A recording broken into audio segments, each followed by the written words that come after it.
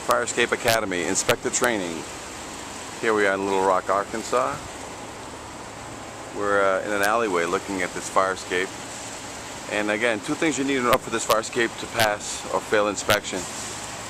Must be structurally sound, must be kept painted.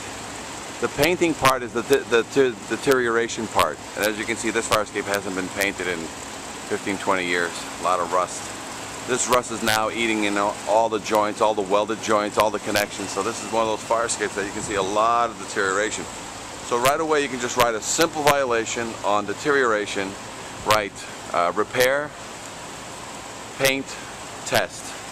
That'll automatically force this to be looked at by a structural engineer who must write an evaluation.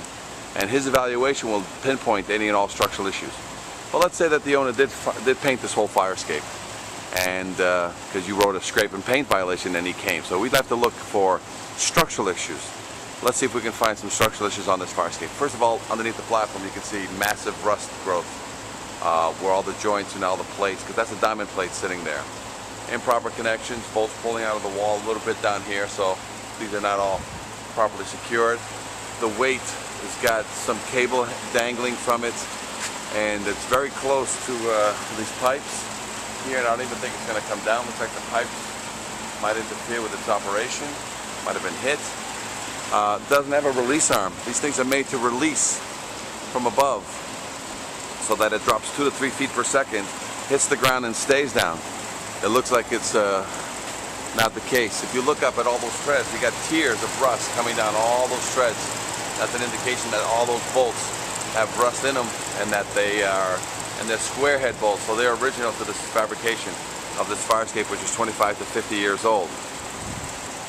Some other issues on this fire escape is on these treads here coming down. It's all diamond plate treads. As you can see, the rust above the clip is rusting.